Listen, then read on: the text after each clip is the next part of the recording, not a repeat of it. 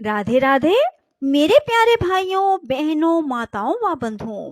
आज आश्विन मास की पूर्णिमा अर्थात पूर्णमासी के दिन मैं आपके लिए लाई हूँ श्री सत्यनारायण व्रत कथा और पूरन पूजा विधि। बंधुओं, यदि आपने हमारे चैनल को अब तक सब्सक्राइब नहीं किया तो जरूर करें और बेल आइकन दबाना ना भूलें ताकि आपको हमारी आने वाली सभी वीडियोस की जानकारी सबसे पहले हो सके। बंधुओं, वीडियो को पूरी सुने। सुनने के बाद कमेंट बॉक्स में जय श्री सत्यनारायण स्वामी की जरूर लिखें। बोलो सत्यनारायण भगवान की जय हो। बंधुओं, वैसे तो साल में 12 पूर्णमासी अर्थात पूर्णिमा आती हैं, परंतु 2020 में अधिक मास होने की वजह से 13 पूर्णिमा है। बंधुओं, पर आश्विन मास की पूर्णिमा की तो विशेषता ही कुछ और है। बंधुओं, आश्विन मास में आने वाली पूर्णमासी के दिन भगवान सत्यनारायण की कथा अपने घर में अवश्य सुने। बंधुओं, यदि आप ऐसा करते हैं तो आपकी हर मनोकामना पूरी होगी। बोलो सत्यनारायण भगवान की जय हो, लक्ष्मी माता की जय हो। पूर्णमासी अर्थात पूर्णिमा के दिन भगवान श्री सत्यनारायण का व्रत व कथा की जाती है। वैसे श्री सत्यनारायण व्रत किसी भी दिन किया जा सकता है। व्रत वाले दिन प्रातःकाल स्नान आदि से निवृत्त होकर व्रत का संकल्प लेकर दिन भर निराहार रहकर विष्णु भगवान का ध्यान और गुणगान करना चाहिए। सायंकाल स्नान करके पूजन की तैयारी करें। केले के खंभों और आम के पत्तों के बंधनवारों से एक सुंदर मंडप बनाकर एक चौकी पर भगवान सत्यनारायण की प्रतिमा की स्थापना करें। पूर्व की ओर मुख करके पूजा स्थान में आसन पर बैठकर श्रद्धा पूर्वक श्री गणेश, गौरी, वरुण, विष्णु आदि देवताओं का ध्यान करके पूजन करें और संकल्प करें कि मैं सत्यनारायण स्वामी जी का पूजन तथा कथा श्रवण करता रहूंगा या करती रहूंगी। पुष्प हाथ में लेकर सत्यनारायण भगवान का ध्यान कर यज्ञोपवीत पुष्प, फूल, नैवेद्य आदि अर्पित कर स्तुति करें। हे भगवान, मैं श्रद्धा पूर्वक फल, जल आदि सामग्री आपको अर्पण कर बारंबार प्रणाम करता हूँ या करती हूँ। कृपया अपने भगत द्वारा की गई आराधना स्वीकार करो और तत्पश्चात श्री सत्यनारायण भगवान की कथा श्रवण करें। पूजन सामग्री: केले के खंबे, पंच पल्लव, कलश, पंचरत्न, चावल, कपूर, धूप, पुष्पों से बनी माला, श्रीफल, ऋतुफल, अंगवस्त्र, नैवेद्य, कलावा, आम के पत्ते, यज्ञोपवीत वस्त्र, गुलाब के फूल, घी का दीपक, तुलसी दल, पान, पंचामृत, केशर, बंधनवार, चौकी। दोस्तों, श्री सत्यनारायण भगवान के व्रत के लिए यदि आप व्रत करते हैं तो भी, नहीं करते तो भी, आप आटे की थोड़ी सी पंजीरी जितनी आपकी श्रद्धा हो जरूर बनाएं। थोड़े से घी में आटे को भून लें और फिर उसे ठंडा होने पर उसमें देसी खांड या बूरा खांड उतनी ही मिलाएं जितना कि आपने आटा लिया था। दोस्तों, और फिर आप एक बर्तन में पूजा के समय उसे डालकर भगवान का भोग लगाएं और चरणामृत भी जरूर बनाएं। चरणामृत किस प्रकार बनाना है? पहले किसी बर्तन में धोएं, फिर उसमें आधी कटोरी, 1 कटोरी जितनी आपकी श्रद्धा हो गाय का दूध, थोड़ी सी 1 चम्मच या 2 चम्मच दही, शहद 1 या 2 चम्मच और देसी खांड 1 या 2 चम्मच और बिल्कुल थोड़ा सा देसी घी उसमें डालें। ऐसा करने से आपका पंचामृत तैयार हो जाएगा। पंचामृत से पहले भगवान को स्नान कराएं और फिर वह बाद में आपके लिए प्रसाद बन जाता है। चरणामृत में तुलसी दल जरूर डालें और तुलसी दल भगवान को श्री सत्यनारायण व्रत कथा में जरूर चढ़ाएं। दोस्तों, जब कथा सुन लेते हैं, आप आरती कर लेते हैं, उसके बाद भगवान को इस पंजीरी और चरणामृत का भोग जरूर लगाएं। आपकी हर मनोकामना ऐसा करने से जरूर पूरी होगी। दोस्तों, आप कथा में सुनोगे ही किस प्रकार सत्यनारायण भगवान का व्रत करने से मनुष्य की सभी इच्छाएं पूरी होती चली जाती हैं। सो दोस्तों, आप भी भगवान श्री सत्यनारायण का व्रत करें, पूजा करें, आपकी भी हर मनोकामना जरूर पूरी होगी। श्री सत्यनारायण व्रत कथा। एक बार नैमिषारण्य में तपस्या करते हुए शौनक आदि ऋषियों ने सूत जी से पूछा, जिसके करने से मनुष्य मनोवांछित फल प्राप्त कर सकता है, ऐसा व्रत कौन सा है? सूत जी ने कहा, एक बार नारद जी ने भी विष्णु भगवान से ऐसा ही प्रश्न किया था।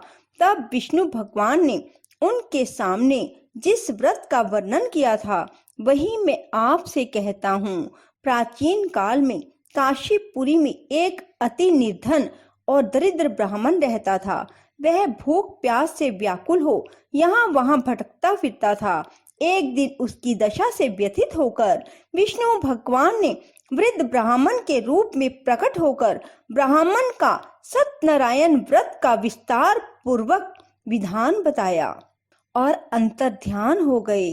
ब्राह्मण अपने मन में श्री सत्यनारायण व्रत करने का निश्चय करके घर लौट आया और इसी चिंता में उसे रात भर नींद भी नहीं आई। सवेरा होते ही वह सत्यनारायण के व्रत का संकल्प करके भिक्षा मांगने के लिए चल दिया।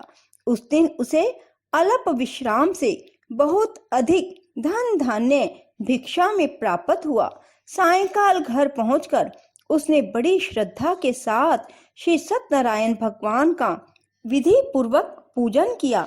भगवान सत्यदेव की कृपा से वह थोड़े ही दिनों में धनवान हो गया। वह जब तक जीवित रहा तब तक हर माह श्री सत्यनारायण का व्रत और पूजन करता रहा। देह छोड़ने के बाद वह विष्णु लोक को गया। सूत जी पुनः बोले कि एक दिन वह ब्राह्मण अपने बंधु बांधवों के साथ बैठा ध्यान मगन हो श्री सत्यदेव की कथा सुन रहा था। तभी भूख प्यास से व्याकुल एक लकड़हारा वहां जा पहुंचा। वह भी भूख प्यास भूलकर कथा सुनने बैठ गया। कथा की समाप्ति पर उसने प्रसाद ग्रहण किया और जल पिया। फिर उसने ब्राह्मण से इस कथा के बारे में पूछा तो उसने बताया, यह सत्यनारायण भगवान का व्रत है जो मनोवांछित फल देने वाला है। पहले मैं बहुत दरिद्र था, इस व्रत के प्रभाव से ही मुझे यह सब वैभव प्राप्त हुआ है। यह सुनकर लकड़हारा बहुत प्रसन्न हुआ और मन ही मन श्री सत्यनारायण के व्रत और पूजन का निश्चय करता हुआ लकड़ी बेचने के लिए बाजार की ओर चल पड़ा। उस दिन लकड़हारे को लकड़ियों का दुगना दाम मिला। उन्हीं पैसों से उसने केले, दूध, दही आदि पूजन की सामग्री खरीद ली और घर चला गया। घर पहुंचकर उसने कुटुंबियों और पड़ोसियों को बुलाकर विधि पूर्वक भगवान श्री सत्यनारायण का पूजन किया। भगवान सत्यनारायण की कृपा से वह थोड़े ही दिनों में संपन्न हो गया। सूत जी ने फिर कहा, प्राचीन काल में उल्का मुख नाम का राजा हुआ था। वह और उसकी रानी दोनों बड़े धर्मनिष्ठ थे। एक समय राजा रानी भद्रशिला नदी के किनारे श्री सत्यनारायण भगवान की कथा सुन रहे थे कि एक बनिया वहां पर पहुंच गया। उसने रत्नों से भरी अपनी नौका को किनारे पर लगा दिया और पूजन स्थान पर पहुंच गया। वहां का चमत्कार देख उसने राजा से इसके बारे में पूछा। राजा ने बताया, हम विष्णु भगवान का पूजन कर रहे हैं। यह व्रत सभी मनोकामनाएं पूर्ण करने वाला है। राजा के वचन सुन और प्रसाद पाकर बनिया अपने घर चला गया। घर पहुंचकर उसने अपनी पत्नी से व्रत का वृतांत कहा और संकल्प किया, मैं भी संतान होने पर यह व्रत करूंगा। इसकी पत्नी का नाम लीलावती था। सत्यदेव की कृपा से वह कुछ ही दिनों बाद गर्भवती हो गई। 10 महीने में उसके एक कन्या को जन्म दिया। कन्या का नाम कलावती रखा गया। और वह चंद्रमा की कलाओं के समान धीरे धीरे बढ़ने लगी। एक दिन अवसर पाकर लीलावती ने अपने पति को सत्यदेव का व्रत करने की बात बताई। उसने कहा, मैं यह व्रत कन्या के विवाह के समय करूंगा। यह कहकर बनिया अपने कारोबार में लग गया। जब कन्या विवाह के योग्य हो गई तो उसने दूतों द्वारा खोज कराकर कंचनपुर नगर के बनिए के सुंदर, सुशील, गुणवान लड़के के साथ उसका विवाह कर दिया। फिर भी बनिए ने सत्यनारायण का व्रत नहीं किया। उससे श्री सत्यनारायण भगवान अप्रसन्न हो गए। कुछ ही दिनों बाद बनिया अपने दामाद को साथ लेकर समुद्र के किनारे रतनसारपुर में व्यापार करने लगा। एक दिन रतनसारपुर के राजा चंद्रकेतु के खजाने से चोरों ने बहुत सा धन चुरा लिया। राजा के सिपाही चोरों का पीछा कर रहे थे। चोरों ने जब देखा कि सिपाहियों से बचना कठिन है तो उन्होंने राजकोष से चुराए हुए तमाम धन को एक जगह फेंक दिया और स्वयं भाग गए। वहीं बनिए का डेरा था।